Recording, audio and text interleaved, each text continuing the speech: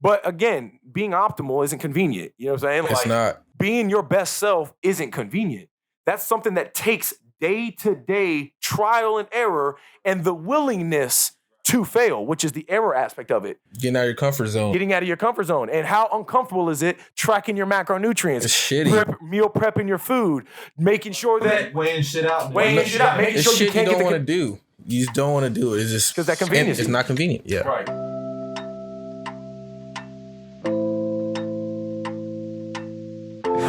I thought it was a Japan thing. Nah. Where you from?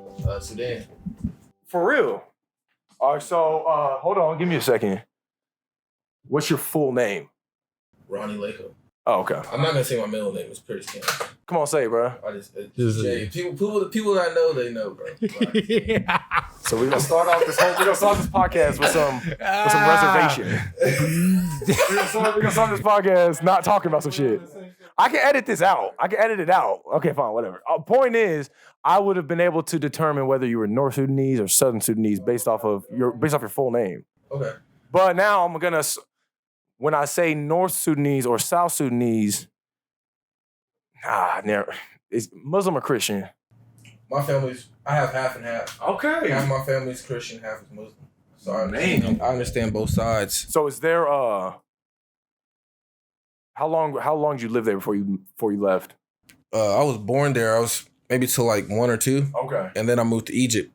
Which most Sudanese people do, right? Yeah. Moved to Egypt, lived there for about 7. Man. Yeah, I went to school over there. I learned Arabic. I know how to speak Arabic, bro. Stuck for a long. Still to this day, I had the best. I'm a foodie, right? So the best food in my life still from Egypt. Man. Yeah. Nice. And there's barbecues over here, wings, burgers, all that shit. Right. Doesn't compare, bro. Man. Doesn't compare. I'm not, Miyamoto Musashi, you know who Miyamoto Musashi is?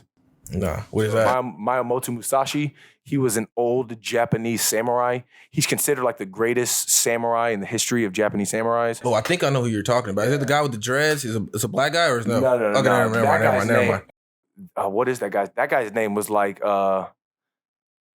what's funny is there's a black dude who does he's a polyglot, which means he speaks multiple languages. Yeah. And he was on YouTube going around like acting like he didn't speak languages, would have these people speak languages and he would speak their language and surprise them and he would record it. And his name was Lao Shu. And that name means little mouse or something like that. And I think that samurai's name was also Lil Mouse, but I may be conflating those two facts. That's crazy, yeah. But that Japanese samurai had a name such as that dignified him as like one of the few, if not one of the only black samurais in the history of Japan. That's crazy. But Miyamoto Musashi, he was, I believe, 1600s, so not that long ago, Isaac Newton times. Miyamoto Musashi, he wrote a book, the Book of Five Rings that I have upstairs, the book that I'll be posting all over Snapchat, or I used to for a minute, and hella quotes from him. This is going to full back circle to your foodie comment.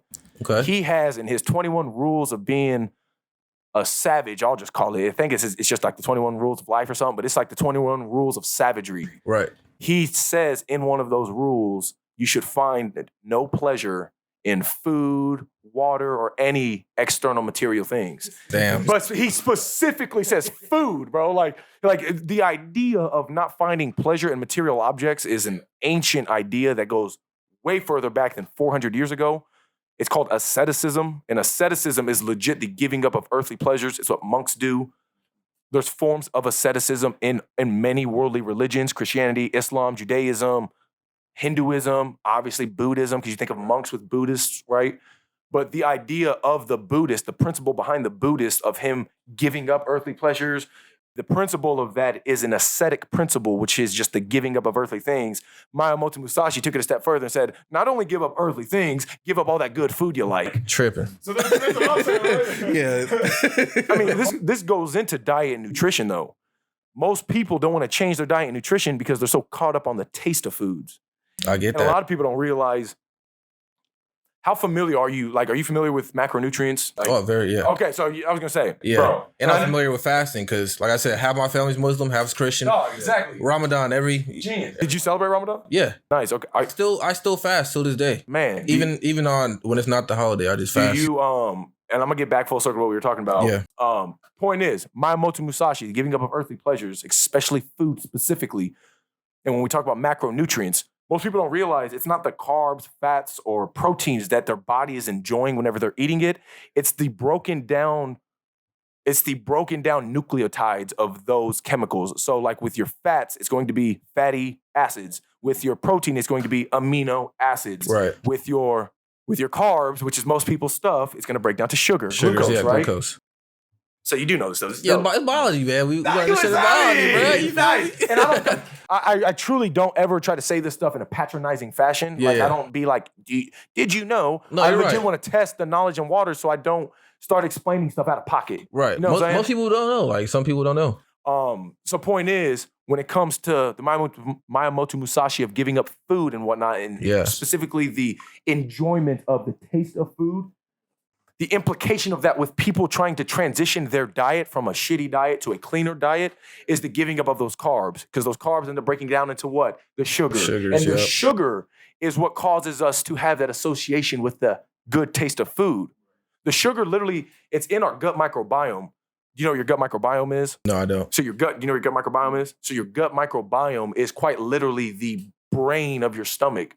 So when you break down food, if you eat shitty food, the shitty nutrients within that food are going to cause the brain of your stomach to be in a certain state, which will then affect the chemicals that affect your actual brain. So that's the that's the precept of you are what you eat. And your emotions, your attitude, your day-to-day actions are fundamentally based off of the cleanliness of that diet.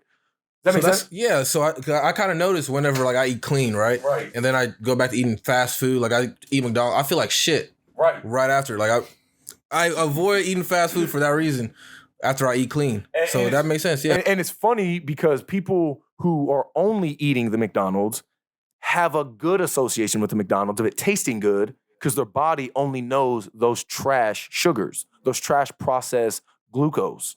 And when you can understand, like, it's all just, it's like fuel in your car, bro. Like, you ain't gonna put water in your car. You ain't gonna put Coca-Cola in your car. You know what I'm saying? Like, put you gotta premium gas in you gotta put that premium, what is that, the Octane 91. You know what I'm saying? The Octane 89 in that bitch. Some you know good what I'm shit saying? in, yeah. Your body's the same way, if not more important. Very. And our families way back in the day, and this is why a lot of ethnic African families, ethnic Asian families as well, ethnic non-Western families, let's call it, have a predisposition to still eating a certain way, which is not very nutrient focused. It's just on what they need to survive. So a lot of it's carb heavy, a lot of it's fat heavy. You know what I'm saying? Rice is huge. Yeah. Not only in African cultures, Asian cultures, everywhere. And it's because, think about it, when that's what I'm saying. We go into history and all sorts of shit. But when the agricultural revolution happened 10,000 years ago, humans went from hunting and gathering, throwing spears at animals, having to collect berries and shit, to planting their food in one setting, being able to chill all day, let that food grow, take care of that food, harvest it, and then have that food to eat. Yeah. So when you had that food in surplus, most of that food was carb-based, so it allowed them to sustain energy over extended period of time, where before, they used to have to go find their food every single day. Nigga, and go get it. Now we on DoorDash. I'm not leaving the crib, bro. I don't have to leave my crib to get anything. Because the conveniency factor. And that conveniency factor is the same reason they go to that McDonald's. That's true. It's the same reason they go to get Chipotle. But again, being optimal isn't convenient. You know what I'm saying? It's not. Being your best self isn't convenient. That's something that takes day-to-day trial and error and the willingness to fail, which is the error aspect of it. Getting out of your comfort zone. Getting out of your comfort zone. And how uncomfortable is it tracking your macronutrients? It's shitty. Meal prepping your food. Making sure that... Weighing shit out. Making sure it's you shit can't you don't get want to do. You just don't want to do it. It's just... Because that convenience. It's not convenient. Yeah. Right.